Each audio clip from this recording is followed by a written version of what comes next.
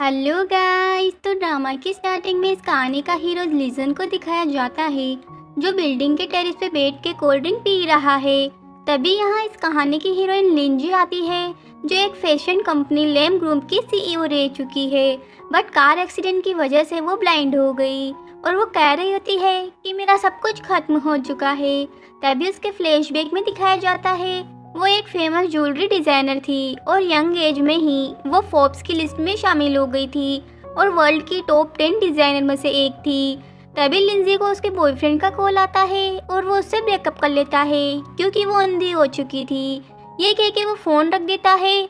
तभी लिजन को लगता है कि वो बिल्डिंग से कूदने वाली है, इसलिए वो उसे पकड़ लेता है। इससे लिंजी तो डर जाती है, तो वो कहता है यहाँ से जंप मत करो।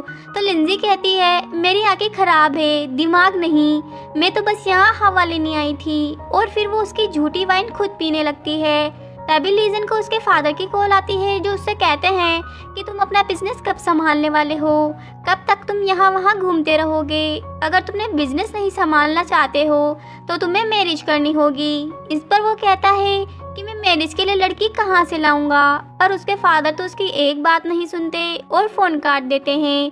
तभी लिंजी कहती है कि तुम मुझसे मैरिज कर लो क्योंकि मैं अंधी हूँ और तुम्हारे पेरेंट्स भी तुम्हारी शादी करवाना चाहते हैं। ये सुनकर वो एकदम हैरान, ये तुम क्या बोल रही हो। तो वो कहती है इस कॉन्ट्रैक्ट के बदले में मैं तुम्हें 5 मिलियन दूंगी। इस पर लीजन कुछ देर सोचता है और मैरिज के लिए हाँ कर देता है। इसके बाद वो मैरिज सर्टिफिकेट बनवाने के लिए ऑफिस चले जाते हैं और मैरिज सर्टिफिकेट बनने के बाद जब वो दोनों बाहर आते हैं तो लिंजी उसे कार्ड देते हुए कहती है कि इसमें 5 मिलियन है, तुम जब चाहे इसे यूज़ कर सकते हो। तो लीजन उस कार्ड को लेने से मना कर देता है और उसके फ़ोन में पहला नंबर अपना सेव कर देता है एंड कहता है अभी तुम अपने घर जाओ, मुझे ज़रूरत होगी तब मैं तुम्हें लेने आऊँगा। इस पर लिंजी कहती है कि क्या मैं तुम्हें टच करके देख सकती हूँ कि जिससे मैंने शादी की है वो कैसा दिखता है। इस पर लीजन उसे परमिशन दे देता है, तो वो उसके फेस को टच करके देखने लगी थी। उसके जाने के बाद वो भी स्माइल करता है। जब वो अपने घर आती है तो बोलती है मॉम आप कहाँ हैं, ब्रदर जैन जी अंकल आप कहाँ पर हो। पर जैन जी अंकल को चुप रहने को कहता है। जैसे ही वो उन्हें टच करने वाली होती है तो जेनजी उसका हाथ पकड़ लेता है। लिंजी पूछती है ये कैसी स्मेल आ रही है। तो वो कहता है मैं तुम्हारे लिए चिकन सूप बना रहा हूँ, और उसे पकड़ के रूम में ले जाता है और उसे रेस्ट करने का बोलकर वहाँ से चला आता है। उसके जाने के बाद लिंजी देखती है कि उसके हाथ पे ब्लड लगा है। इतने में कोई इसके सिर पे मार देता है और वो बेहोश हो जाती है। फिर 2 लोग उसे गड्ढे में डालकर मिट्टी में दबा देते हैं। दूसरी तरफ लीजन को उसके फादर की कॉल आती है जो कहते हैं कि तुमने मैरिज कर ली तो तुम डॉटर इन लोगों को मुझसे मिलवाने कब ला रहे हो। वो कहता है जब मैं फ्री होऊंगा तब उसे ले आऊँगा।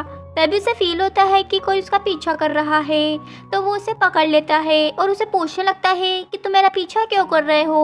वो पर्सन कहता है मैं तो यहाँ अपनी कार लेने आया था। तभी लीजन को उसके पॉकेट से खुद का मैरिज सर्टिफिकेट मिलता है, तो वो उसे पूछता है कि ये तुम्हारे पास क्या कर रहा है और लिंजी कहाँ है। तो वो पर्सन कहता है कि ये सब मुझे जैन जी ने करने के लिए कहा था, इसमें मेरा कोई लेना देना नहीं है। दूसरी तरफ लिंजी गड्ढे में से निकलती है और कहती है इतना अंधेरा क्यों है, मैं कौन हूँ, मैं कहाँ हूँ, मुझे कुछ याद क्यों नहीं आ रहा है। तभी उसे भूख लग रही थी तो वो खाना लेके खाने लगती है, बट एक पर्सन उसे धक्का मार देता है। इस पर लिंजी कहती है सॉरी मुझे दिखाई नहीं देता है पर मुझे भूख लग रही है। तो वो आदमी से खाने के लिए चिढ़ाने लगते हैं और पकड़ के उसके साथ जबरदस्ती करने लगते हैं। तो वो हेल्प के लिए चिढ़ा रही थी।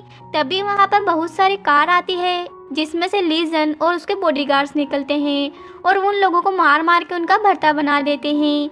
यहाँ लिंजी डर रही थी तो वो बताता है कि मैं तुम्हारा हस्बैंड लीजन हूँ, और उसे हक करके कहता है चलो घर चलते हैं, और वो उसे गोद में उठाकर अपने घर ले आता है। यहाँ वो उसे रूम में ले जाकर कहता है कि तुम इस रूम में सो जाना और मैं दूसरे रूम में हूँ। तो वो कहती है कि तुम कहाँ जा रहे हो, तुम भी तो यहीं सोने वाले हो ना। इस पर वो कहता है कि हम दोनों के रूम अलग अलग है। तो वो पूछती है अगर हम दोनों मैरिड है तो हमारे रूम अलग अलग क्यों हैं। इस पर लीजन उसे बताता है कि हम दोनों ने कॉन्ट्रैक्ट मैरिज की थी और तुमने ही मुझे मैरिज के रूल बताए थे।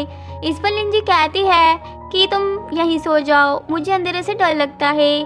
तो लीजन कहता है ठीक है तुम बेड पे सो जाओ, मैं तुम्हारे पास ही बैठा हूँ। इसके बाद लिंजी कहती है कि क्यों ना हम एक दूसरे को जाने। तो वो अपना इंट्रोडक्शन देने लगती है। इस पर लिजन कहता है कि मुझे वो तुम्हारे बारे में पहले से ही पता है। इसके बाद लिंजी उसके फेस को टच करके उसे फील करने लगी थी।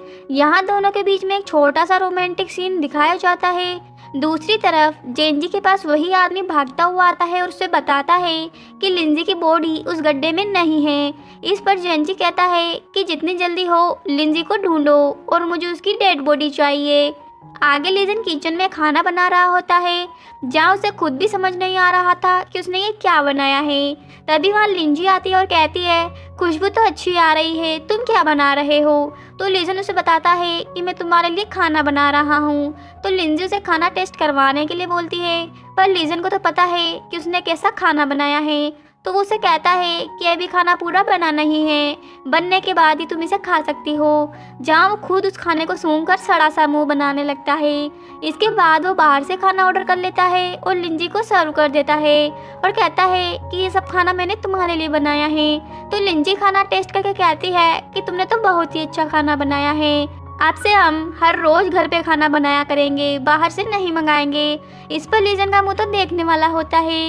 इसके बाद लिंजी कहती है कि खाने की सारी डिशेस मैं धो दूंगी। तो लिजन उससे मना कर देता है एंड कहता है, तुम्हें काम करने की कोई ज़रूरत नहीं है, ये सब मैं हैंडल कर लूँगा, क्योंकि हमें पता है कि लिजन ने तो कोई खाना बनाया ही नहीं है, वो बर्तन कहाँ से होंगे। इसके बाद वो लिंजी को मार्केट में घुमाने के लिए ले आता है, जहाँ वो अच्छा टाइम स्पेंड करते हैं। जब वो लोग रिवर के पास बैठे होते हैं तो लिंजी पूछती है, वैसे तुम काम क्या करते हो? लिजन उसे बताता है कि मैं सिक्योरिटी का काम करता हूँ। तो लिंजी कहती है कि तुम्हें तो बहुत अच्छा पेमेंट भी मिल जाता होगा। लिजन उसे बता देता है कि हाँ, अच्छा खासा पेमेंट मिल जाता है। नेक्स्ट मॉर्निंग जब लिजन बाथरूम में शेविंग कर रहा होता है, तभी वहाँ पर लिंजी आ जाती है। तो उसे देखकर लिजन अनकंफर्टेबल हो जाता है। तो वो लिंजी से पूछता, तुम यहाँ क्या कर रही हो? वो कहती, मुझे बाथरूम यूज़ करना है, अगर तुम उसे यूज़ कर रहे हो तो मैं चली जाती हूँ, बाद में आ जाऊँगी। तभी जब वो जाने लगती है तो फिसल जाती है और लिजन उसे पकड़ लेता है और उन दोनों के बीच में एक ऑकवर्ड मोमेंट हो जाता है। इसके बाद लिंजी वहाँ से चली जाती है। जब वो रेडी होकर ऑफिस के लिए जा रहा होता है तो लिंजी उसे कहती, तुम्हारी कंपनी तो वाकई में बहुत अच्छी है, जो तुम्हें इतनी अच्छी सर्विस प्रोवाइड करवाती है। शायद तुम्हारे कंपनी वाले स्टाफ का बहुत अच्छे से ध्यान रखते हैं। इसके बाद लिजन अपनी कार में बैठ जाता है तो उसका असिस्टेंट उसे बोलता है, आखिर कब तक आप सिक्योरिटी गार्ड की जॉब करने वाले हैं? आप उन्हें बता क्यों नहीं देते आपकी आइडेंटिटी के बारे में? इस पर लिजन कहता है, अगर मैंने उसे अपने बारे में बता दिया तो वो मेरे साथ नर्वस फील करेगी और ये मैं नहीं चाहता। तो असिस्टेंट बताता है कि आपकी वाइफ किसी से कम नहीं है, वो भी यंग एज में लेम ग्रुप की CEO रह चुकी है, तो अच्छा होगा आप उन्हें सच बता दो।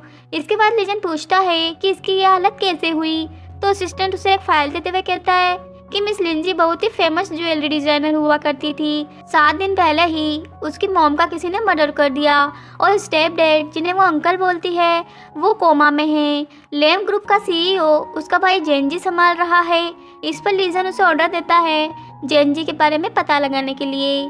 उसकी कार के जाने के बाद वहाँ एक कार और आती है। जब लिंजी अपने गार्डन में घूम रही होती है तभी वहाँ पर उसका ब्रदर आता है और उसे कहता है कि आखिरकार मैंने तुम्हें ढूंढ लिया। तो लिंजी कहती, तुम कौन हो और यहाँ क्या कर रहे हो? जेंजी कहता है, क्या तुम मेरी आवाज़ भी नहीं पहचान पा रही हो? तो वो बताती है कि मेरा मेमोरी लॉस हो चुका है, मुझे कुछ भी याद नहीं। ये सुनकर जेंजी तो खुश हो जाता है और कहता है कि मैं तुम्हारा ब्रदर हूँ और तुम्हें लेने के लिए यहाँ आया हूँ, तुम मेरे साथ घर चलो, मैं तुम्हारा अच्छा से ट्रीटमेंट करवाऊंगा। पर लिंजी जाने से मना कर देती है और कहती, अगर मेरे हस्बैंड घर पर आएंगे तो वो टेंशन में आ जाएंगे, इसलिए मैं आपके साथ नहीं जा सकती। ये सुनकर जेंजी से कहता है, लिजन तुम्हारा हस्बैंड कैसे हो सकता है? वो तो इस कंट्री की रिच कंपनी लिन ग्रुप का सबसे बड़ा बेटा है और ये कंपनी तो हमारी राइवल कंपनी है, तुम एक एनिमी के साथ कैसे शादी कर सकती हो? इस पर लिंजी कहती कि आपको कोई गलतफहमी हो रही है, मेरा हस्बैंड तो सिक्योरिटी गार्ड है। ये कह के वो जब वो वहाँ से जाने लगती है तो जेंजी उसे बेहोश करके अपने साथ ले जाता है। जब लिजन घर आता है तो वो गार्डन में लिंजी की स्टिक देखता है तो वो CCTV कैमरा चेक करने लगता है। तभी उसे कैमरे में जेंजी दिख जाता है, जिसे देखकर लिजन का गुस्सा आ जाता है। इधर जब लिंजी होश में आती है तो वो पूछती है कि मैं कहाँ पर हूँ। तो उसका ब्रदर बताता है कि तुम अपने घर पे हो और अब तुम्हें रेस्ट करना चाहिए। तो लिंजी कहती, मुझे मेरे घर जाना है, मेरा हस्बैंड घर पे आ गया होगा, वो मुझे नहीं देखेंगे तो वो टेंशन में आ जाएंगे, इसलिए मुझे घर जाने दो। पर जेनजी तो उसे डरा के वहीं बिठा देता है और कहता है कि यही तुम्हारा घर है और तुम्हें यहीं पे रहना है। ये कहकर वो अपने सर्वेंट को उसे रेडी करने का बोलकर वहाँ से चला जाता है। जब वो बाहर आता है तो उसकी सेक्रेटरी जूली उसे कहती कि तुम इसे यहाँ जिंदा वापस क्यों लेकर आए हो। वो कहता है तुम अपने काम से काम करो, तुम्हें इन सब मामले में पड़ने की जरूरत नहीं है। ये कहकर वो वहाँ से चला जाता है और ये सुनकर जूली को गुस्सा आ जाता है तो वो लिंजी के रूम में जाकर उसके ऊपर अटैक कर देती है। पर लिंजी बच जाती है एंड पूछती है कि तुम कौन हो और मुझे क्यों मारना चाहती हो। तो जूली कहती है जेनजी ने मुझे तुम्हें मारने को भेजा है। तो लिंजी अपनी जान बचा के वहाँ से भागने लगती है तो जूली उसे धक्का दे देती है। तभी लिंजी के सिर पे चोट लग जाती है और वो उसे सब कुछ याद आ जाता है। जैसे ही जूली उसकी गर्दन पे चाकू रखती है तो जेनजी वहाँ उसे रोक देता है। तो लिंजी कहती है भाई तुम मुझे क्यों मारना चाहते हो। तो जेनजी कहता है मैं ऐसा क्यों करूँगा। इस पर वो कहती है कि इस लड़की ने बोला तुमने मुझे इसे मारने का ऑर्डर दिया था। जूली कहती है यंग मास्टर मुझे माफ़ कर दो, मैं ऐसा दोबारा नहीं करूँगी। तभी जेनजी नाइफ उठा कर लेता है और जूली पैरों में गिर के माफ़ी मांगने लगती है। तो लिंजी कहती है भाई मैं थक गई हूँ और रेस्ट करना चाहती हूँ। तो वो जूली को जाने देता है और कहता है कि मैं तुम्हें प्रोटेक्ट करूँगा। तो वो कहती है मुझे कुछ टाइम अकेले रहना है और फिर वो उसे बाहर जाने की आवाज़ सुन के जल्दी से फ़ोन करने लगती है। वहीं दूसरी तरफ लीजन भी लिंजी को ढूंढने के लिए निकल जाता है। तभी रास्ते में कुछ गुंडे उसका रास्ता रोक लेते हैं जो कि जेनजी ने ही भिजवाए थे लीजन को मारने के लिए। यहाँ लीजन सिगरेट पीता हुआ उन लोगों के सामने आता है। यहाँ तो ये बिल्कुल कबीर सिंह जैसा लग रहा है क्योंकि ये सीन तो अक्सर मैंने बॉलीवुड मूवीज़ या इंडियन साउथ मूवीज़ में ही देखा है, पर ये तो अब कोरियन और चाइनीज़ मूवी में भी आने लग गया है। इसके बाद वो उन लोगों की अच्छे से धुलाई करता है। तभी उसके बाद लिंजी का कॉल आता है तो वो उसे बता देती है कि वो उसके ब्रदर के घर पे है। इसके बाद लीजन उसे बताता है कि तुम्हारी मॉम की डेथ इन लोगों का ही हाथ है। इस पर लिंजी तो चौंक जाती है और पूछती है क्या तुम वाकई में सच बोल रहे हो। तभी उसका ब्रदर उसके पास खड़ा होकर पूछता है कि तुम किससे बातें कर रही हो। तो लिंजी कहती मैं अपने फ्रेंड से बात कर रही थी और कहती है भाई प्लीज़ मुझे थोड़ा रेस्ट करने दो। पर वो उसे धक्का मार के वहाँ से भागने लगती है। तो जूली उसे पकड़ लेती है और मारने लगती है। जैसे ही वो उसे चाकू मारने वाली थी वहाँ पर लीजन आ जाता है और जूली को मार के उसे हक कर लेता है। तो जेनजी लिंजी से कहता है अपने भाई के पास वापस आ जाओ, बट वो डर रही थी। तभी जेनजी गन निकाल लेता है एंड कहता है अगर तू मेरे पास वापस नहीं आई तो मैं तेरे हस्बैंड को मार दूंगा। तभी उनमें फाइट होने लगती है तो जेनजी गन चला देता है। तो लिंजी डर के मारे कहती है ओके भाई मैं तुम्हारे पास आती हूँ, मेरे हस्बैंड को जाने दो।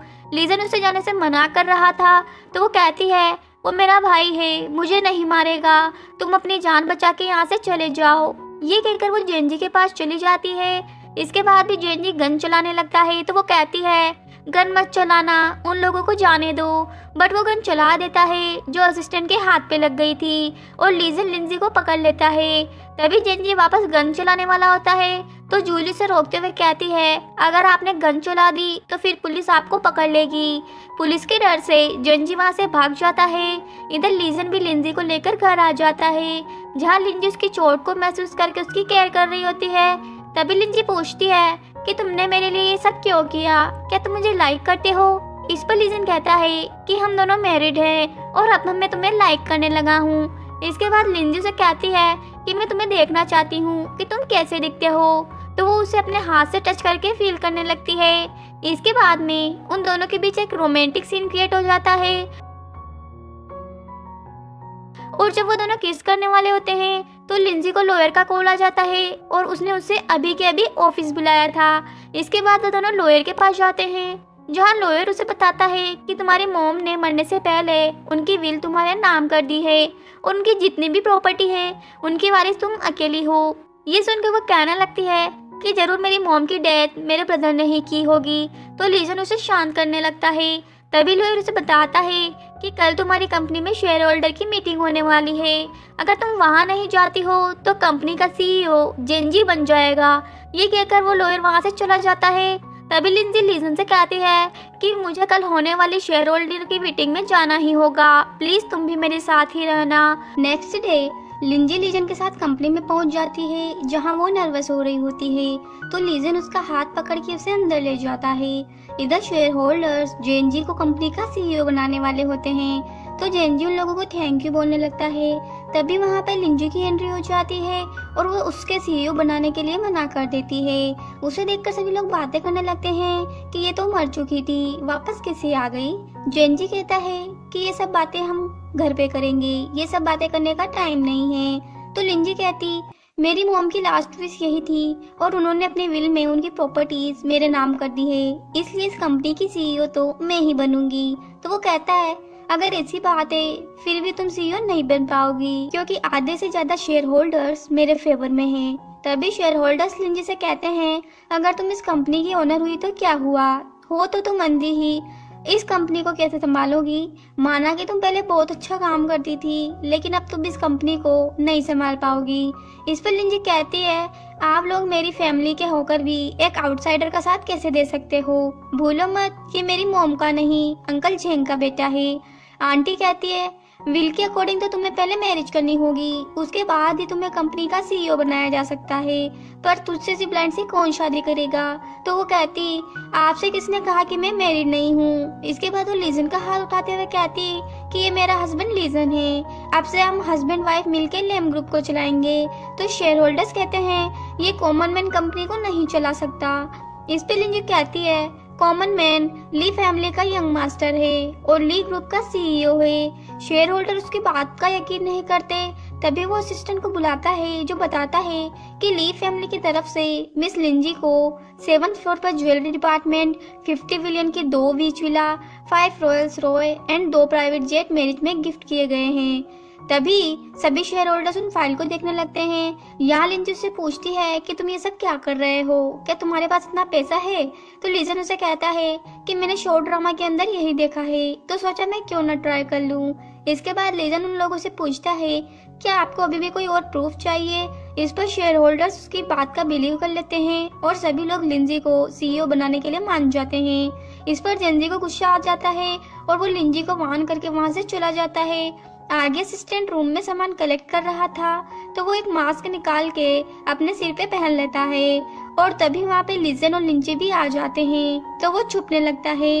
इधर दोनों के बीच बात करते करते रोमांटिक सीन क्रिएट होता है। तो जैसे ही लीजन लिंजी को किस करने वाला होता है तो असिस्टेंट वहाँ से भागने लगता है। तो उसकी आवाज सुन के वो दोनों डर जाते हैं। वो उससे पूछता है कि तुम यहाँ क्या कर रहे हो और उसके सिर के मास्क को निकाल देता है। तो असिस्टेंट बताता है कि ये मास्क मेरे ऊपर गिर गया था और फिट हो गया, इसलिए मैं कुछ बोल नहीं पाया।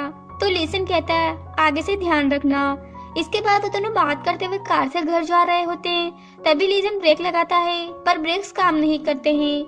लीजन समझ जाता है कि गाड़ी के ब्रेक्स किसी ने फेल कर दिए हैं। इस बारे में वो लिंजी को कुछ नहीं बताता और उसके साथ अच्छी अच्छी बातें करने लगता है एंड कहता है, अगर मैं कभी ना रहूं तो तुम मेरे असिस्टेंट को कभी भी हेल्प के लिए बुला सकती हो, तुम उस पर भरोसा कर सकती हो।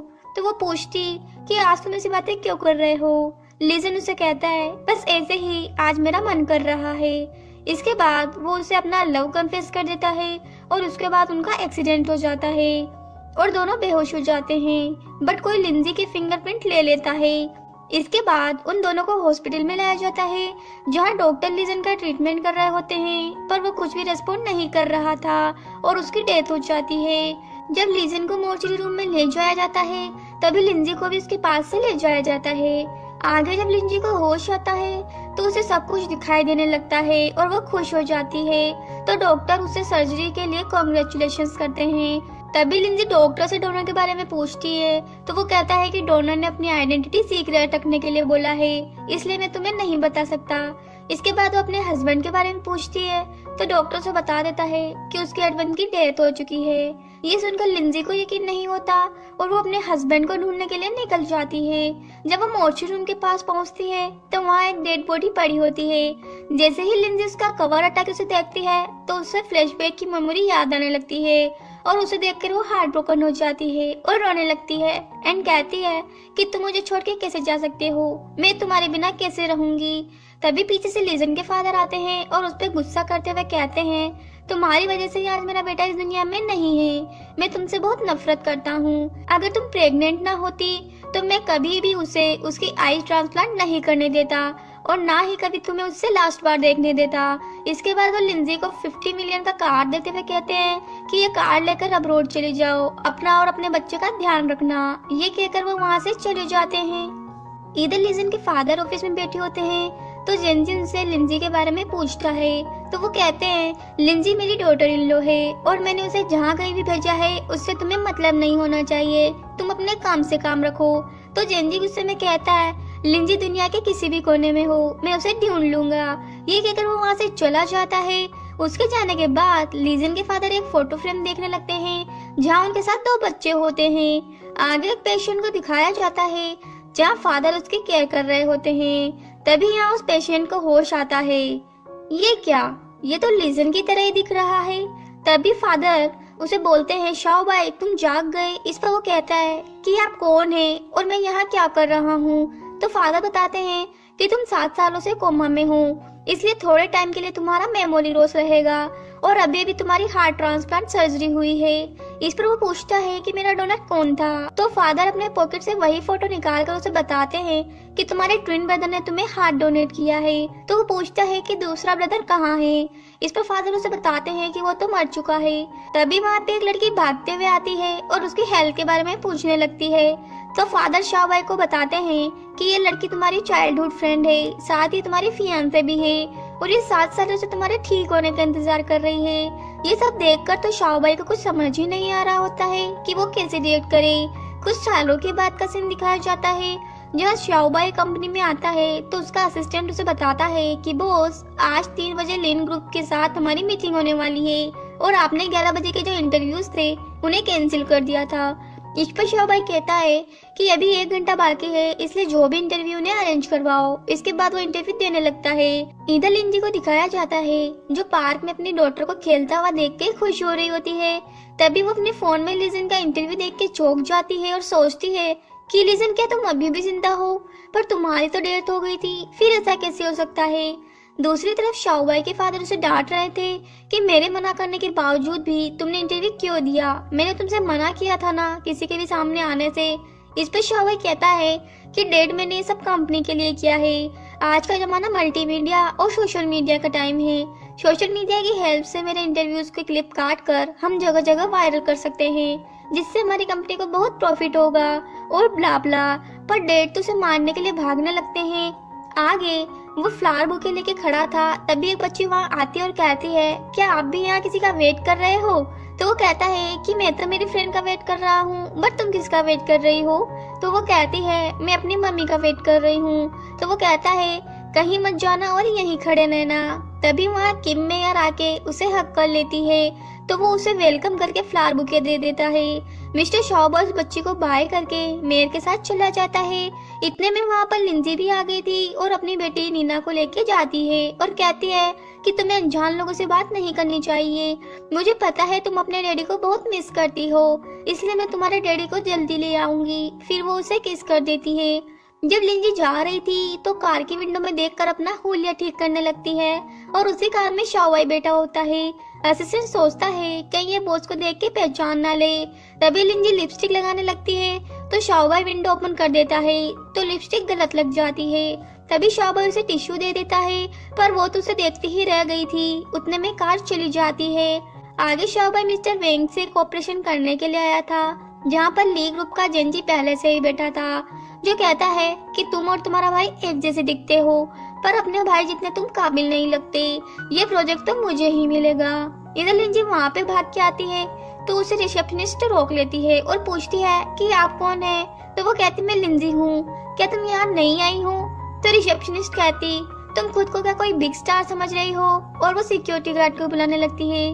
तभी वहाँ आंटी आ गई थी तो लिंजी कहती है देखो ना आंटी, ये मुझे पहचान नहीं रहे हैं, कंपनी के अंदर भी नहीं जाने दे रहे हैं। तो आंट कहती मैं तुझे नहीं जानती, कौन है तू, और सिक्योरिटी गार्ड को बुलाकर उसे बाहर निकलवा देती है। इधर मिस्टर वेंग ली कंपनी के बजाय लेम ग्रुप के साथ कोऑपरेशन करने वाले थे। तभी वहाँ पे लिंजी आ जाती है और बताती है कि लेम ग्रुप के प्रोजेक्ट में एक गड़बड़ है उनके पिछले जो भी हिट प्रोजेक्ट्स थे वो मैंने और मेरी टीम ने लीड किए थे, लेकिन अब मैं उसकी कंपनी में नहीं हूँ, इसलिए ये आप लोगों को टाइम पे प्रोजेक्ट पूरा करके नहीं देंगे। मैं ली कंपनी के साथ काम करने वाली हूँ, तो आपको ली कंपनी के साथ कोऑपरेट करना चाहिए। तो मिस्टर वेंग भी प्रोजेक्ट को रिकंसिडर करने का बोल के वहाँ से चला जाता है। मिस्टर वेंग के जाने के बाद वो शाओबाई के ऊपर गिरने लगती है और जेंजी से बुला रहा था, तो वो कहती थोड़ा वेट करना, अभी बात करेंगे। तभी जेंजी से खींच के ले जाने लगता है, तो वो कहती है पागल है क्या, भूल मत तेरी वजह से मेरी फैमिली तबाह हो गई और मैं तुम्हारे साथ नहीं जाना चाहती। पर वो उसके साथ जबरदस्ती करने लगता है। तो शाओबाई कहता है अगर ये तुम्हारे साथ नहीं जाना चाहती तो तुम जबरदस्ती नहीं कर सकते। इस पर जेंजी कहता है ये मेरी फैमिली मैटर है, मुझे इसे लेके जाना होगा। बट लिंजी तो शाओबाई को हाथ पकड़ के कहती है कि मुझे तुम्हारे साथ घर जाना है। तो शाओबाई लिंजी को पकड़ के अपने साथ ले जाता है। पार्किंग एरिया में वो कहता है यहाँ कोई नहीं है, अब तो मेरा हाथ छोड़ दो। तो वो कहती है हस्बैंड तुम कहाँ रहते हो। इस पर वो कहता है तुम गलत समझ रही हो, मैं लीजन नहीं हूँ, मैं शाओबाई हूँ। ये कहकर वो यहाँ से जाने लगता है। तो लिंजी कहती क्या तुम अपने एम्प्लॉय को ऐसे ही रास्ते में छोड़ दोगे। वो उसे अपने घर ले आता है एंड कहता है कि तुम गेस्ट रूम में सो जाना। बट वो तो उससे चिपकने लगती है एंड कहती है हस्बैंड मैंने तुम्हें बहुत मिस किया, इतने साल मुझे अकेले रहना पड़ा तुम्हारे बिना। तो वो कहता है सिस्टर इन लो ऐसा मत करो, हम दोनों के बीच ऐसा रिलेशन ठीक नहीं है। इस पर वो कहती क्या हो गया है तुम्हें, और उसे हक कर लेती है। बट वो तो उससे दूर करके कहता है मुझे पता है तुम एक्सेप्ट नहीं कर पाओगी, पर मैं तुम्हारा ब्रदर इन लॉ हूँ, लीजन नहीं। तो लिंजी कहती है जब तक तुम मुझे अपना बर्थ मार्क नहीं दिखाओगे तब तक मैं यकीन नहीं करूंगी। और वो उसकी शर्ट खोलने लगती है। तो वो कहता है नहीं नहीं तुम ये सब क्या कर रही हो। तो वो कहती है बर्थ मार्क चेक कर रही हूँ। तो शाओबाई कहता है मेरा कोई बर्थ मार्क ही नहीं है, अगर तुम्हें यहाँ नहीं रहना है तो तुम कहीं और जा सकती हो। बट वो चेंज करने का बोल के घर के अंदर चली जाती है। और फिर जब वो रात में सो रहा था तो लिंजी उसके बेड पे लेट के उसके टी शर्ट में हाथ डाल के उसका बर्थ मार्क चेक करने लगती है। तो वो उसे देख के डर जाता है और कहता है कि तुम आधी रात को यहाँ क्या कर रही हो। तो लिंजी कहती मैं तो बस तुम्हें देखने आई थी। इस पर वो उसे बाहर जाने को बोलता है, पर गलती से उसके गर्दन पे हाथ रख देता है। तो वो कहता है कि मेरा वो मतलब नहीं था और हाथ हटा लेता है। पर लिंजी उसके क्लोज आने लगी थी। तो वो कहता है सिस्टर इन लो प्लीज आराम से बैठ के बात करते हैं। बट वो तो उसके ऊपर चढ़ जाती है। वो कहता है कि तुम ये सब क्या कर रही हो सिस्टर इन लो। इस पर लिंजी कहती है तुम बोलते हो तो कितने क्यूट लगते हो, पर मुझे दोबारा सिस्टर इन लॉ मत बोलना। और उसको मार के भाग जाती है। वो बेचारा वहाँ रोने लगता है और कहता है कि इसमें मेरी क्या गलती थी जो उसने मुझे मार के आई सुझा दी। इसके बाद वो बाथरूम में देखता है कि मेरे तो कोई बर्थ मार्क ही नहीं है। तभी लिंजी वॉशरूम में आ जाती है। तो वो फिर से डरने लगता है और लिंजी उसके क्लोज आने लगती है। तो वो कहता है कि तुम्हें क्या चाहिए। तभी वो टॉवल उठाकर ले जाती है और टॉवल में से हेयर निकाल के कहती है अब मैं इसका नीना के साथ डीएनए टेस्ट करवाऊंगी, तब तो कंफर्म हो जाएगा कि ये लीजन है या फिर शाओबाई। मॉर्निंग में लीजन उससे कहता है आगे से ये सब हरकतें मेरे साथ दोबारा ना हो, इसलिए मैंने एग्रीमेंट बनाया है। तो लिंजी एग्रीमेंट पढ़ती है। पहला रूल किसी की प्राइवेसी में दखल नहीं देना है। वो कहता है बिल्कुल, रात में तुम मेरे रूम में नहीं घुसना। वो दूसरा रूल पढ़ती है लिविंग स्पेस में इंटरफेयर नहीं करना है। वो कहता है हाँ जैसे तुम पिछली बार मेरे बाथरूम में घुस गई थी। लास्ट रूल एक दूसरे की रेस्पेक्ट करनी है। इस पे वो कहती है मैंने कब तुम्हारी रेस्पेक्ट नहीं की। तभी वो कहता है कि तुम साइन करोगी या नहीं। तो वो कहती है कि मैं साइन नहीं करूंगी। इस पे वो कहता है कि ठीक है, फिर से असिस्टेंट को बोल के तुम्हारे लिए दूसरा घर अरेंज करवा दूंगा। तो वो उन पेपर्स पे साइन कर देती है। तभी वो देखती है कि उसके फेस पे चोट लगी है। तब वो उसे मेडिसिन लगाने लगती है। इस पे वो डर के मारे कहता है कि नहीं नहीं मैं खुद ही लगा लूंगा, थैंक यू। आगे लिंजी कहती है अभी कुछ दिनों के लिए मैंने तुम्हें जो कुछ भी किया और कहा उसके लिए सॉरी। जब तक मैं तुम्हारी आइडेंटिटी के बारे में श्योर ना हूँ तब तक मैं तुम्हारे पास नहीं आऊंगी। ये कहकर वो वहाँ से चली जाती है। आगे ऑफिस में असिस्टेंट मिस्टर शाओबाई को बता रहा था कि आपकी सेक्रेटरी ने रिजाइन कर दिया है। तो वो शाओबाई को नया सेक्रेटरी अरेंज करने के लिए कहते हैं। तो असिस्टेंट वहाँ से चला जाता है। लिंजी असिस्टेंट को जाते हुए देख रही थी क्योंकि उसे उसकी आवाज जानी पहचानी लगती है। तो वो कहता है क्या हुआ, ऐसे क्या देख रही हो। तो वो कहती है कि मैं यहाँ जॉब के लिए आई हूँ, मुझे डिजाइन डिपार्टमेंट में जाना है। शाओबाई कहता है मेरे से पास सेक्रेटरी की पोस्ट खाली है, क्या तुम्हें ये करना चाहती हो। तो पहले तो वो मना कर देती है और जाने लगती है। फिर कुछ सोचने के बाद वो हाँ कर देती है। इसके बाद वो उसे स्ट्रॉबेरी फ्लेवर की कॉफी मंगवाता है। वो कहती है कि तुम्हें भी स्ट्रॉबेरी फ्लेवर पसंद है, और वो फिर उसके लिए कॉफी लेके आती है। वो कॉफी रख के काम करने लगा था तो वो उसे देखने लग जाती है। वो कहता है अब मुझे देख लिया ना, काम पर जाओ। जैसे वो जाने लगी थी तो कॉफी की बोतल गिरने वाली थी, पर वो उसे पकड़ लेता है। इस पे लिंजी उससे इम्प्रेस हो जाती है कि बार बार कॉफी बोतल गिरा रही थी और वो उसे पकड़ लेता था। तो वो कहता है कि तुम्हें मजा आ रहा है ये सब करने में। तभी जब वो जाने लगती है तो फिर से पलट के हाथ से बोतल गिरा देती है। इस बार बोतल उसके ऊपर गिर जाती है। आगे जब वो जा रही थी तभी वहाँ पे मेयर आ जाती है और आते ही शाओबाई के थप्पड़ मार देती है एंड कहती है क्या तुम सच में अपनी सेक्रेटरी चेंज करना चाहते हो?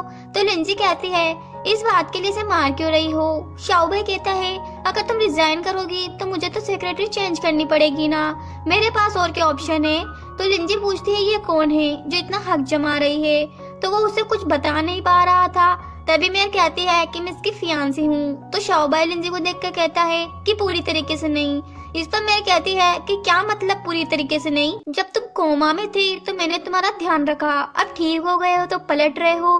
तो वो कहता है पर मुझे तो कुछ भी याद नहीं है उस टाइम का। लिंजी कहती है तो तुम इतने साल से इसके साथ थे, और उसे थप्पड़ मार देती है। ये देख के मेयर कहती तूने इसे क्यों मारा? तो लिंजी कहती है तू मार सकती तो मैं क्यों नहीं मार सकती, और दोनों में फाइट शुरू हो जाती है। बेचारा शाओबाई तो उन्हें शांत कर रहा था। तभी लिंजी मेयर से कहती रुको, क्या इसके वो बर्थ मार्क है? तो शाओबाई कहता है बिल्कुल नहीं, और उसे रोकने लगा था। असिस्टेंट लिंजी को पकड़ के ले जाता है। लिंजी कहती है मैंने बस उससे बर्थ मार्क के बारे में पूछा था, पता नहीं वो इतना क्यों चिल्ला रही थी। तभी असिस्टेंट बताता है कि सेक्रेटरी मेयर कई सालों से शाओबाई के पीछे पड़ी है, पर शाओबाई को एक प्रॉब्लम है और उसके कारण में बताता है। तो वो हंस पड़ती है एंड कहती है तुम्हें कैसे पता? तो वो कहता है कि पूरी कंपनी को ही पता है। तभी वो कहती है कि तुम्हारी आवाज जानी पहचानी लग रही है। तो वो कहता है सेक्सी है ना? तो वो कहती है नहीं, हम पहले भी कभी मिले हैं ना। मुझे याद आया तुम तो लीजन के असिस्टेंट थे। तुम बताओ लीजन और शाओबाई सेम पर्सन है ना?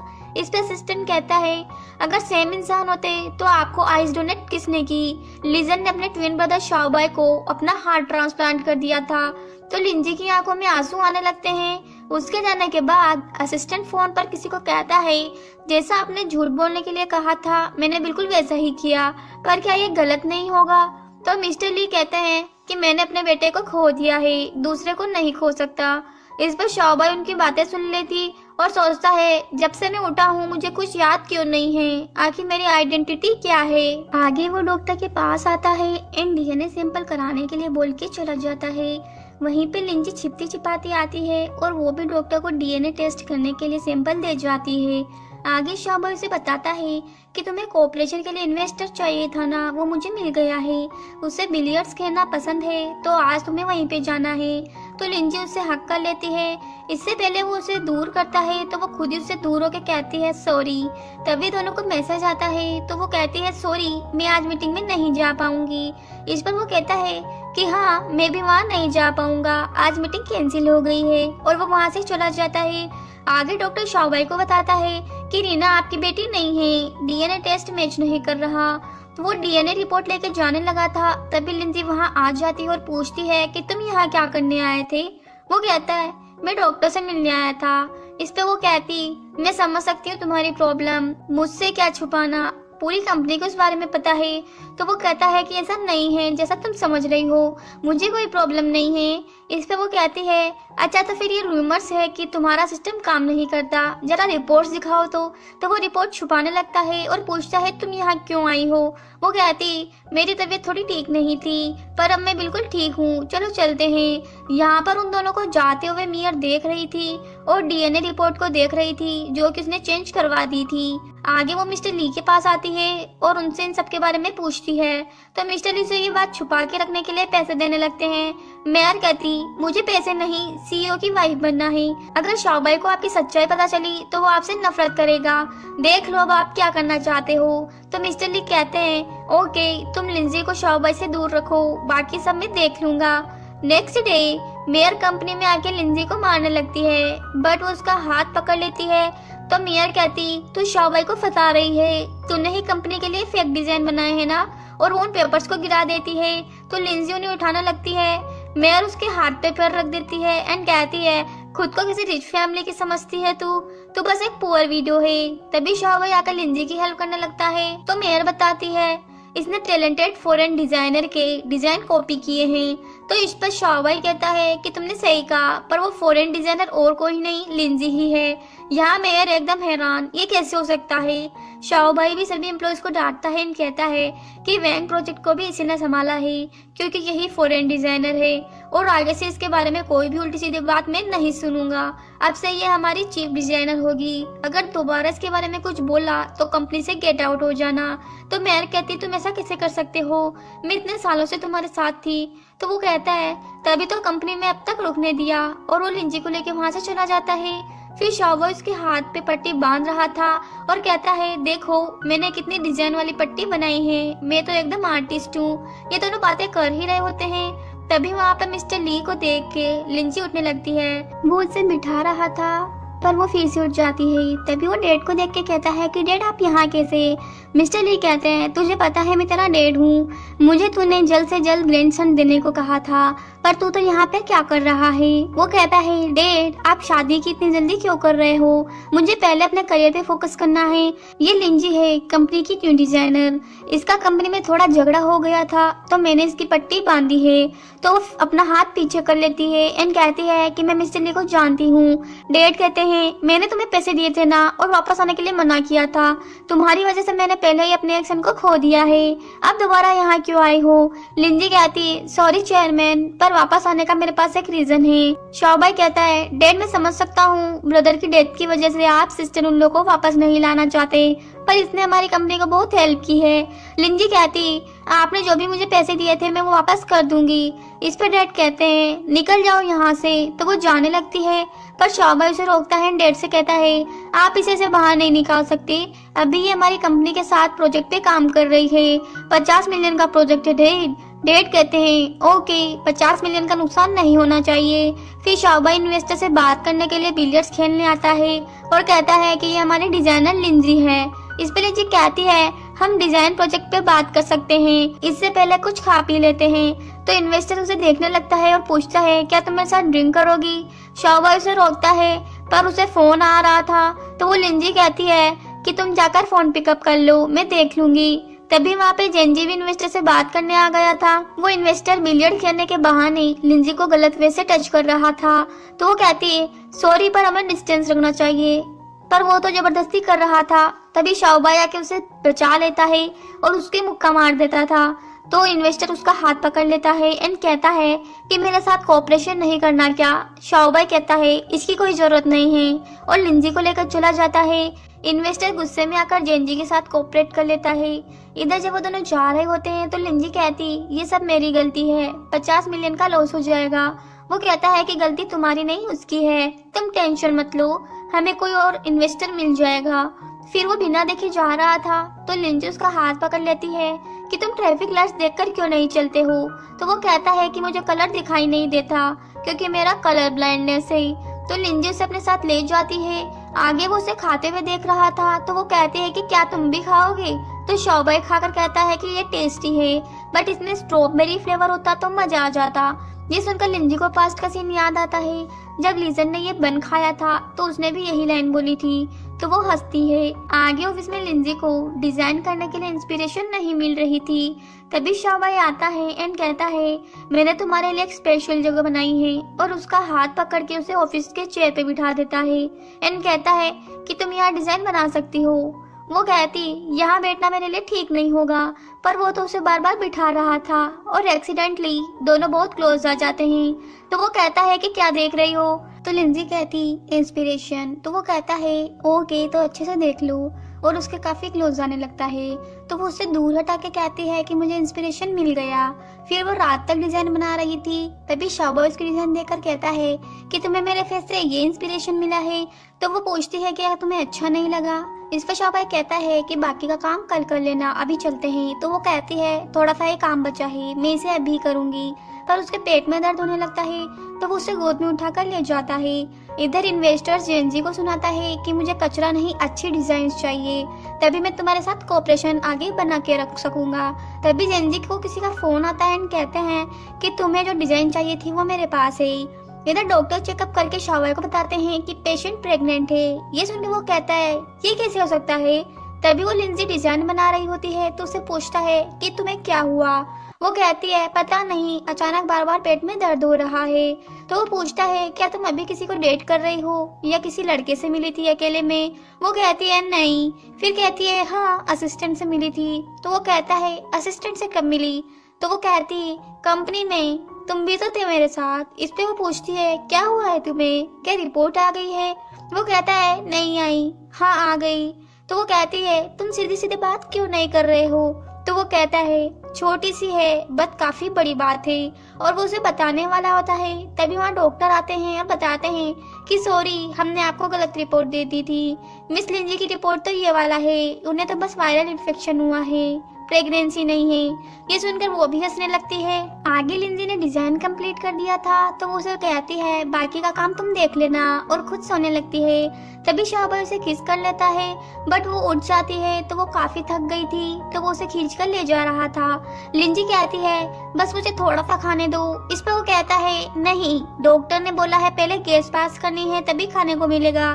तो वो कहती है बस मैं थोड़ा सा मुंह के अंदर रखूंगी, अंदर नहीं जाने दूंगी। पर उसे मना कर रहा था तो लिंजी उस पर चिल्लाने लगती है तुम खुद तो इतना खाते हो मुझे दिखा दिखा के। तभी वो पात देती है तो वो कहता है अब तुम खा सकती हो। पर वो एम्बेरसमेंट फील करने लगती है तो वो कहता है कि ऐसा सोचो कि मैं यहाँ हूँ ही नहीं और तुमने पात दिया।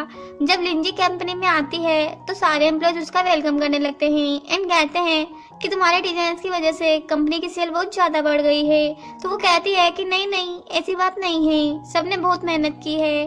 पर तभी एक न्यूज आती है जिसमें जेंजी बता रहा था कि ली कंपनी वालों ने हमारे डिजाइन को कॉपी कर लिया है और उन्हें हमसे माफी मांगनी पड़ेगी।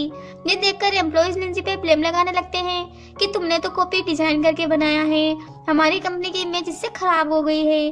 तो लिंजी कहती मैंने कोई कॉपी नहीं की बट वो लोग तो उसे सुना ही रहे थे। तभी शाओबाई आकर बताता है कि लिंजी सच बोल रही है, उसने कॉपी नहीं की है क्योंकि ये जब डिजाइन बना रही थी तो मैं भी उसी के साथ था। अब मैं पता लगा के रहूंगा कि इसका ड्राफ्ट किसने चुराया है और वो उसे ले जाता है। तो वो बताता है कि कंपनी के सीसीटीवी खराब हो रखे हैं पर तुम चिंता मत करो, मैं सब कुछ संभाल लूंगा। इस पे वो कहती है मुझे पता है ये सब किसने किया है और वो उससे मिलने के लिए तुरंत फोन करती है। फिर हमें पता चलता है कि लिंजी का डिजाइन ड्राफ्ट किसी और ने नहीं बल्कि मियर ने चुराया था।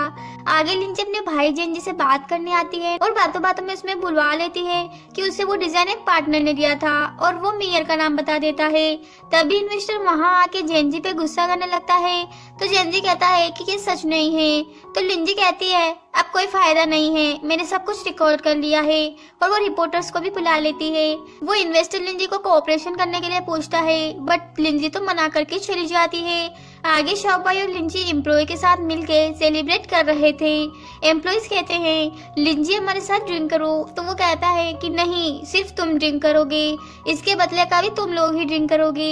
तो वो लिंजी को ड्रिंक नहीं करने दे रहा था। इसके बाद यहाँ पे सभी लोग ड्रिंक कर रहे होते हैं। तभी शाओबाई टल्ली होकर उसके ऊपर गिरने लगता है और बहकी बहकी बातें करता है। तो लिंजी उसे पकड़ के घर ले आती है। उसकी बातें सुन के लिंजी को हंसी आ रही थी और कहती है तुम कितने क्यूट हो। वो कहता है कि तुम भी बहुत ब्यूटीफुल हो। जैसे ही वो अपने शर्ट के बटन खोलने लगता है तो लिंजी देखती है कि उसके तो वो बर्थ मार्क है ही नहीं। तो वो रोते हुए वहाँ से भाग जाती है। आगे लेम ग्रुप के शेयर होल्डर्स परेशान थे क्योंकि उनकी कंपनी का शेयर प्राइस नीचे गिर रहा था। तभी असिस्टेंट आके उनसे सस्ते प्राइस में शेयर्स खरीद लेता है। उधर शाओबाई डेट से आकर कहता है कि मुझे कभी कभी अपनी आइडेंटिटी पर शक होता है, मुझे लगता ही नहीं कि मैं शाओबाई हूँ, ऐसा लगता है जैसे मैं लीजन हूँ, उसकी यादें मेरे दिमाग में है जबकि मेरे पास तो वो बर्थ मार्क ही नहीं है।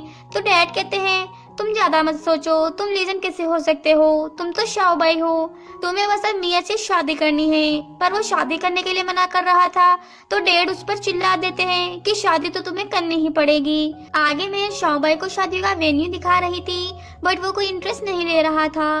तभी लिंजी बताती है कि मुझे जॉब से रिजाइन करना है। तो मैं उसके कान में कहती तूने अब सीईओ की वाइफ से पोजीशन खो दी है।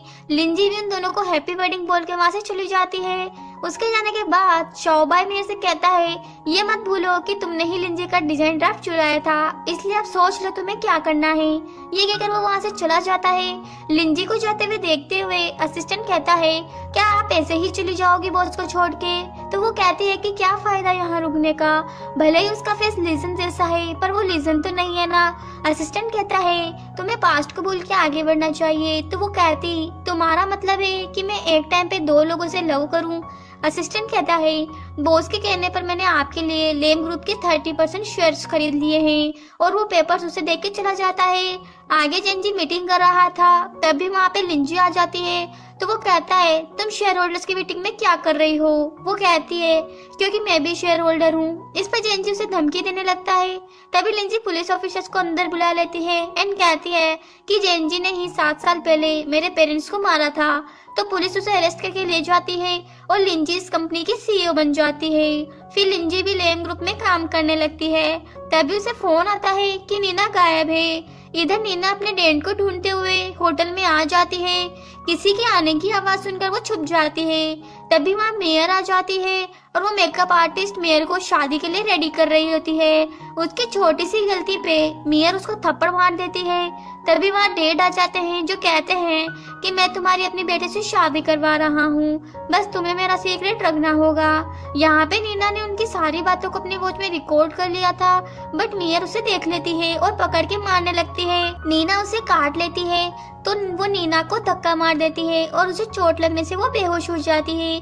तभी मेकअप आर्टिस्ट आती है तो मेयर कहती है कि इस डेड बॉडी को ठिकाने लगा दो, अगर किसी को पता चला तो तुम ही फंसोगी।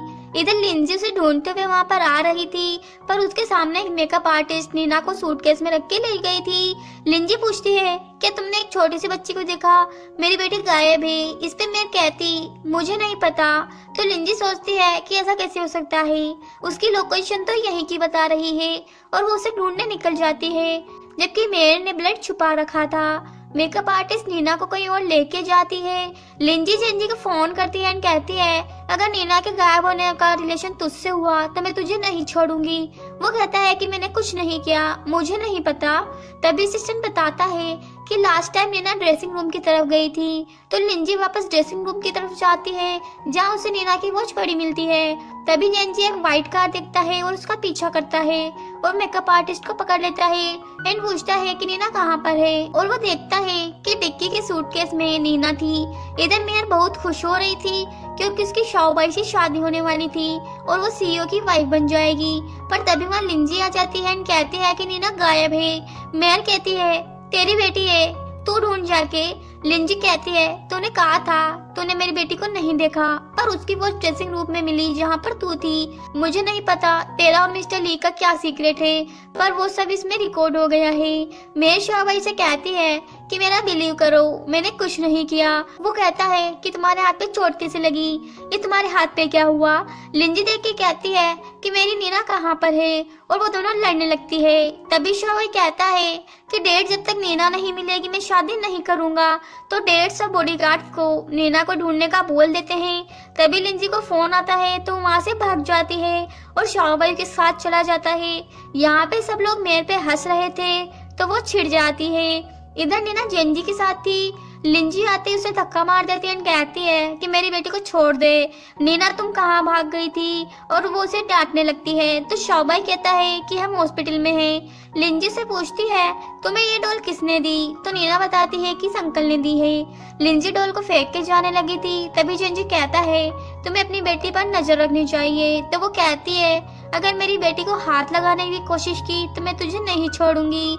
रात में लिंजी नीना को सुला के आती है तो शाओबाई से पकड़ लेता है और कहता है कि मैं अब किसी और से शादी नहीं कर सकता because I like you, and उसे किस करने लगता है। बट एक्सीडेंटली दोनों से गेट खुल जाता है तो वो चुपके से गेट बंद करते हैं। तो शाओबाई कहता है कि ऐसे छुपकर मिलना हमारे लिए अच्छा नहीं है, मुझे लगता है मेरी आइडेंटिटी जरूरी नहीं है, मैं तुम्हें लाइक करता हूँ, क्या इतना काफी नहीं है?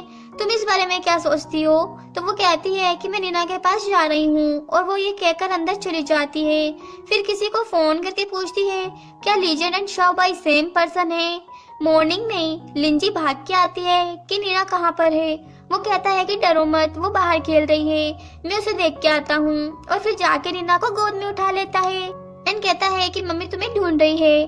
तभी नीना कहती है कि ये फोटो कितनी अजीब है, ये दोनों बच्चे एक जैसे क्यों दिख रहे हैं। तो शाओबाई कहता है क्योंकि हम ट्विंस हैं, ये मैं हूँ और ये मेरा भाई यानी तुम्हारे डैड है। तो नीना कहती है कि ऐसा कैसे हो सकता है, ये तो आप हो, देखो इसमें ग्रीन और रेड सॉक्स पहनी है और मैंने भी आपको रेड और ग्रीन सॉक्स पहने देखा है। फिर उसे याद आने लगता है कि उसे कलर ब्लाइंडनेस है, कैसे उसे ट्रैफिक के लाइट के कलर भी नहीं दिखते हैं। तो वो डैड से आके कहता है कि आपने सच कितनी आसानी से छुपा लिया, मुझे बचपन से कलर ब्लाइंडनेस है, 2 कलर के सॉक्स पहनने वाला मेरा भाई नहीं मैं खुद हूँ। आपने सिर्फ मुझसे ही नहीं लिंजी से भी झूठ बोला है, उसे गलतफहमी में डाला कि लीजन की डेड बॉडी पे वो बर्थ मार्क था, जबकि वो तो शाओबाई की बॉडी पे था, यानी मैं लीजन हूँ। ये सुनकर डैड रोने लगते हैं और फिर उसे बताते हैं कि 8 साल पहले डॉक्टर ने बताया था कि आपका छोटा बेटा शाओबाई, उसकी कंडीशन ठीक नहीं है, अब उसकी बीमारी का कोई इलाज नहीं है। तो एक ही तरीका है कि आपके बड़े बेटे लीजन को बचाने का, शाओबाई का हार्ट लीजन को ट्रांसफर कर दिया जाए। तो मैंने उसका हार्ट तुम्हें दिलवा दिया और उसकी आइस लिंजी को। इस पर लीजन कहता है पर आपने मेरी फीलिंग्स के साथ खिलवाड़ किया है। डैड कहते हैं मुझे माफ कर दो, मैं बस तुम्हें सही सलामत देखना चाहता था। पर लीजन वहाँ से चला जाता है।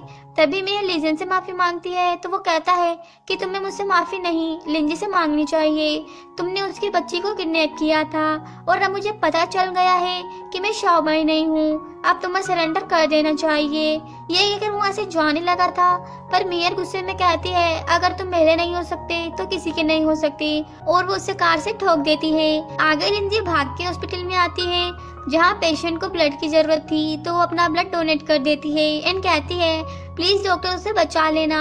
आगे डॉक्टर एक डेड बॉडी लेकर आते हैं और कहते हैं सॉरी हम नहीं बचा पाए।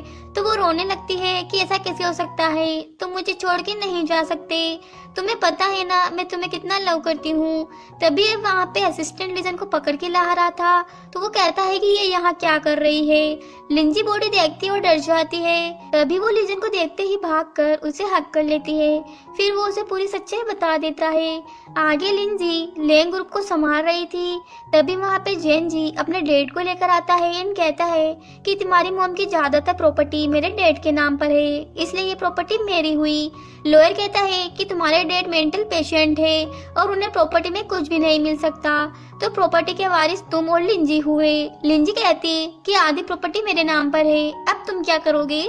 जेनजी डैड के कान में कुछ कहता है, तो वो कहते हैं कि मैं पागल नहीं हूँ, और वो लिंजी को बता देते हैं कि मुझे तुम्हारे भाई ने ही लॉक करके रखा था। तो जेनजी गुस्से में उनका गला पकड़ने लगता है, तो लिंजी कहती है कि छोड़ो इन्हें। पर तभी वहाँ पर पुलिस आ जाती है और जेनजी पे मोम के मर्डर का इल्जाम था। तो लिंजी पूछती है अंकल बताओ क्या जेनजी ने मेरी मोम को मारा है, क्या इसने आपको मारने की कोशिश की है। तो अंकल सब कुछ बता देते हैं और पुलिस जेनजी को पकड़ के ले जाती है। लिंजी को परेशान देख के लीजन कहता है कि अब चिंता करने की कोई जरूरत नहीं है, सब कुछ ठीक हो जाएगा। पर तभी लिंजी को पुलिस का कॉल आता है कि जेनजी तुमसे बात करना चाहता है। तभी वो अपना कन्फेशन करेगा, तो वो पुलिस स्टेशन में उससे मिलने के लिए जाती है, जहाँ जेनजी कहता है कि सॉरी। तो वो कहती है सिर्फ सॉरी से मेरी मॉम वापस आ जाएगी क्या, मेरी मॉम ने तुम्हें अपने बेटे जैसा पाला और मैं तुम्हें बचपन से अपना भाई समझती आ रही हूँ और तुमने सिर्फ सॉरी बोला। इस पर जेनजी कहता है हाँ मैं मानता हूँ मैंने तुम्हारी मॉम का मर्डर किया। लिंजी के जाने के बाद पुलिस वाले उसके मर्डर की सिचुएशन पूछने लगे थे, तो वो बताता है कि मेरी मॉम से फाइट हो गई थी प्रॉपर्टी के लिए, तो मैंने उन्हें मार दिया, पर प्लीज लिंजी को बताना कि वो केयरफुल रहे। बाहर पुलिस वाला लिंजी को ये सब बात बताता है, तो वो कंफ्यूज थी, जब वही मर्डरर है और उसने कन्फेस कर दिया है तो वो मुझे किससे केयरफुल रहने के लिए बोल रहा है। तो पुलिस वाला कहता है कि इस सब का यह भी मतलब हो सकता है कि वो असली कातिल ना हो, वो असली कातिल को बचा रहा हो। आगे लीजन ने भी अपने डैड को माफ कर दिया था और डैड को भी उन दोनों के रिलेशनशिप से अब कोई प्रॉब्लम नहीं थी। वो बताते हैं कि तुम्हारे कार एक्सीडेंट के बारे में मैंने इन्वेस्टिगेट करवाया, किसी ने जानबूझ के तुम्हारे ब्रेक्स फेल किए थे और ये उस पर्सन की फोटो है, पर कुछ क्लियर नहीं दिख रही है, यानी वो लोग कुछ मिस कर रहे हैं। तभी लिंजी कहती है कि ये तो अंकल जे है। तभी लिंजी अंकल जेन से मिलने आती है जो उसे ड्रिंक पीने को देते हैं। तो लिंजी उनसे 7 साल पहले जो कुछ भी हुआ उसके बारे में पूछती है, तो वो बताते हैं कि सारी गलती तुम्हारी मॉम की थी, उसे प्रूफ मिल गया था कि मैंने तुम्हारा एक्सीडेंट करवाया है और तुम्हें ब्लाइंड करवाया दिया। और हमें पास्ट में देखते हैं कि मॉम सबूत लेके पुलिस को दिखाने वाली थी, पर अंकल झेंग उन्हें रोकने लग गए थे और गुस्से में आकर उन्हें मार दिया था। उन्हें मॉम को मारता देख जेनजी भी देख लेता है और रोकने लगता है, बट अंकल झेंग कहते हैं इसको और इसकी बेटी को मार देने से हम दोनों प्रॉपर्टी के मालिक बन जाएंगे। जेनजी कहता है आप लिंजी को हाथ भी नहीं लगाओगे, पर तभी वहाँ पर लिंजी आ गई थी। प्रेजेंट में अंकल झेंग हंसते हुए कहते हैं जेनजी तो बस मेरा एक कठपुतली था, पर लिंजी भी हंसते हुए ड्रिंक बाहर निकाल देती है क्योंकि उसने वो जहर वाली ड्रिंक नहीं पी थी और कहती है थैंक यू अंकल, और कॉल पे कहती है पुलिस ऑफिसर्स आपको सबूत तो मिल गया ना अब। तो अंकल झेंग गुस्से में उसकी गर्दन दबाने लगते हैं। तभी लीजन आके उन्हें पकड़ लेता है और कहता है तुम ठीक तो हो ना। तो वो कहती है कि हाँ मैं ठीक हूँ, और वो अंकल को पुलिस के हवाले कर देते हैं। आगे वो दोनों डॉक्टर के पास आते हैं तो डॉक्टर चेकअप करके बताता है कि अच्छा हुआ वो पॉइजन अंदर नहीं गया, वरना बच्चे की जान को खतरा हो सकता था। वो दोनों तो हैरान कि बच्चा कहाँ से आ गया। तो डॉक्टर बताता है कि हाँ आपकी वाइफ 1 मंथ से प्रेग्नेंट है। लिजन कहता है तो बताओ प्रेगनेंसी में वाइफ के लिए क्या क्या करना होता है। तो लिंजी तो शाय फील करने लगती है और वो उसे पकड़ के वहां से ले जाने लगती है। वो कहता है सही से पूछने तो देती, मैं पहली बार डेट बन रहा हूँ। तो लिंजी कहती है पर मैं तो एक्सपीरियंस हूँ ना, मैं पहले ही नीना को जन्म दे चुकी हूँ। तो वो कहता है पर मैं तो पहली बार प्रेगनेंसी देख रहा हूँ तुम्हारी। और फिर वो दोनों अपनी न्यू बेबी और नीना के साथ बहुत खुश रहने लगे थे और उसी के साथ इस स्टोरी का एंड हो जाता है। अगर आपको ये स्टोरी पसंद आई हो तो वीडियो को लाइक शेयर और कमेंट कर देना और चैनल को भी सब्सक्राइब कर देना। मिलते हैं नेक्स्ट स्टोरी के साथ, तब तक के लिए बाय बाय।